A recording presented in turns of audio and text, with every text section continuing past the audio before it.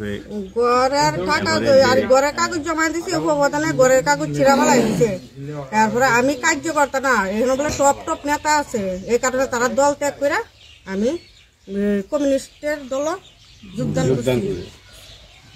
জিন্দাবাদ চলো জিন্দাবাদ জিন্দাবাদ জিন্দাবাদ জিন্দাবাদ জিন্দাবাদ জিন্দাবাদ জিন্দাবাদ নবাগত জানাই লাল সালাম লাল সালাম লাল সালাম নবাগত কমরেডদের জানাই লাল সালাম লাল সালাম লাল সালাম নবাগত কমরেডদের স্বাগতম স্বাগতম স্বাগতম ইনকলাব জিন্দাবাদ জিন্দাবাদ জিন্দাবাদ ইনকলাব জিন্দাবাদ মজদুর সামনে রেখেছেন সেগুলি অ্যাকচুয়ালি হলো ভুয়া, এবং সেগুলি আজকে রাস্তা, সেখানে স্কুল, সেই থেকে শুরু করে মানে গত যে বন্যা, মানুষের যে সাহায্য সহায়তা সেখানে করার কথা, নানা দিক থেকে মানুষ সেখানে ক্ষুব্ধ বিক্ষুব্ধ, এবং মানুষ সেখানে মান সম্মান ইজ্জত সেখানে পাচ্ছেন না।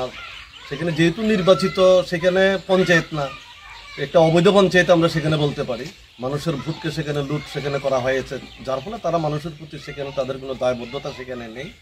যার ফলে আমাদের এই এলাকাতেও নতুন নতুন লোকের সেখানে সমাবেশ সেখানে ঘটছে রাজ্যের সঙ্গে আমাদের এই এলাকাতেও।